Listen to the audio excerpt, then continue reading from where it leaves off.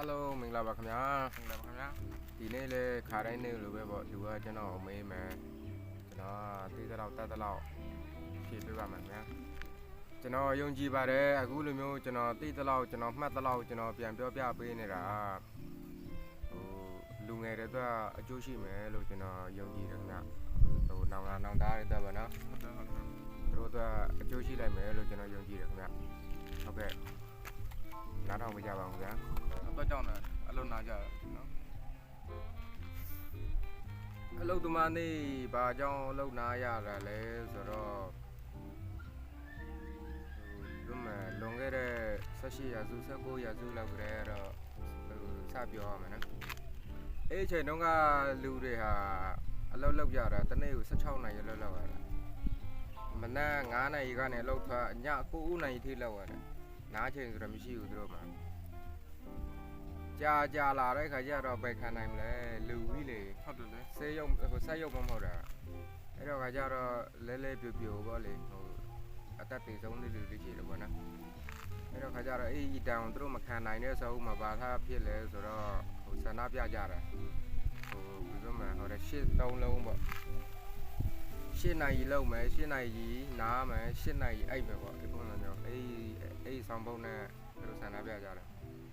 ဆန္ဒပြကြတော့အဲ့မှာအလုပ်သမားပေါင်း4သိန်းကျော်တယ်အဲ့ဆန္ဒပြပွဲမှာခေါင်းဆောင်တွေလည်းဘယ်လိုမှကြားဆုံးခဲ့တော့ပေါ့တေတော့ရှင်းပြောရင်အလုပ်သမားတွေလည်းအယောက်ပေါင်းများစွာတေကြတယ်ခြေကြတယ်အဲ့ဆန္ဒပွဲဟာဘယ်ချိန်မှတော့ပြီးတော့အကောင့်တွေပေါ်လာလဲဆိုတော့1889ခုနှစ်မှာဒီဘယ်လိုမှ8နာရီလောက်8နာရီနာ8နာရီအဲ့ခေါင်းစဉ်ဟာအသက်ဝင်လာတယ်ဒါကြောင့်မို့အခုချိန်မှာငါတို့လုပ်နေတယ်မနက်7နာရီထွက်တယ်နော်နေ့လယ်12နာရီဝင်တယ်တနာရီပြန်ထွက်9နာရီပြန်ဝင်တနေ့7နာရီပဲကြာတယ်ဟုတ်ငါတို့လေအခုချိန်မှာအခုလိုမျိုးခန်းစား권ရတာအခုလိုမျိုးတက်တာရှိတာအဲ့ဒီပုံကိုယ်တွေကျေးဇူးကြောင့်သူတို့တွေဒါအသက်တွေမစတေးခဲ့ဘူးမရင်းခဲ့ဘူးဆိုလို့ရှိရင်တော့ဒီခွေရေးရဖြစ်လာမှာအခုချိန်ဒီအလုပ်သမားတိုင်းက16နိုင်အလုပ်လုပ်နေရဆဲပဲဒါကြောင့်မို့အလုပ်သမားနေဆိုတာအလုပ်နာတယ်ဆိုတာသူတို့ဘယ်လိုမှအာယုံပြုတ်ပြီးတော့ဘယ်လိုမှဟုတ်တာပေါ့လေသူတို့ဂုံပြုတ်တဲ့အနေနဲ့နားကြတာဘယ်လိုပြောမလဲကိုကလောက်ပေါ့ဘယ်လိုမှအဋိဌာန်လောက်ပြီးတော့သူတို့ဘယ်တော့ကျေးဇူးတင်ကြောင်းသူတို့ပေါ့လေသူတို့ရဲ့ကျေးဇူးကြောင်းဒီပုံစံမျိုးဖြစ်လာတယ်ဆိုတော့အတိတ်ပဲနဲ့အလုံနာခိုင်းတာ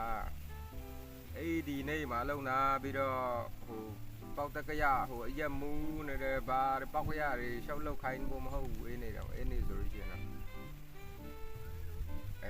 အလုံသမားနေဆိုတာအဲ့ဒါပေါ့